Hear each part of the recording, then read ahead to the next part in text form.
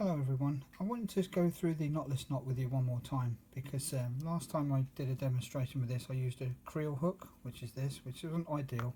The eye is in the wrong orientation, it's facing the wrong way, and it's just wrong. So I've made this and modified a creel hook. It gives me a chance to explain something further that's important about this knot. Because hooks are made of wire, there's obviously two ends. There's the sharp pointy end, and the other end finishes off making up the eye. Now this is important with a knotless knot because when the machine cuts the wire, it sometimes leaves a sharp edge or some edges on there that can damage the line. So we need to bear this in mind when we're tying the knot itself. So now the eye is in the right orientation and out turn to the eye, so it comes up and away from the point of the hook off the back of the shank.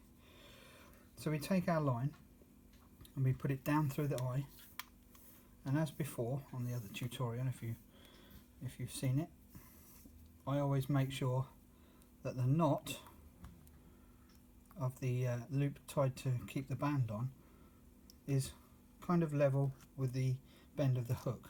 So it's just a reference for me. So I always hold the loop on there like that. Now you can see the end of the wire as it is there. Now if we come this way, you can see the line is right next to the end of the wire. So we really need to come around this side.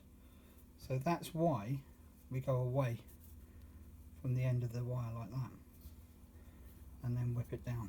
So 4, 5, 6, 7 until the line just pings off the point of the hook, one back up, and now the line will go down again, and you can see that the line will actually stay on the safe side of the eye and not on the side where the end of the wire is.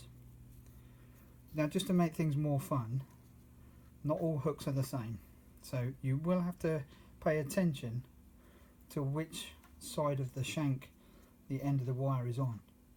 So take a look at that before you tie your knotless knots, indeed any knot really, just to make sure you've got the end of the wire on the safe side of the shank.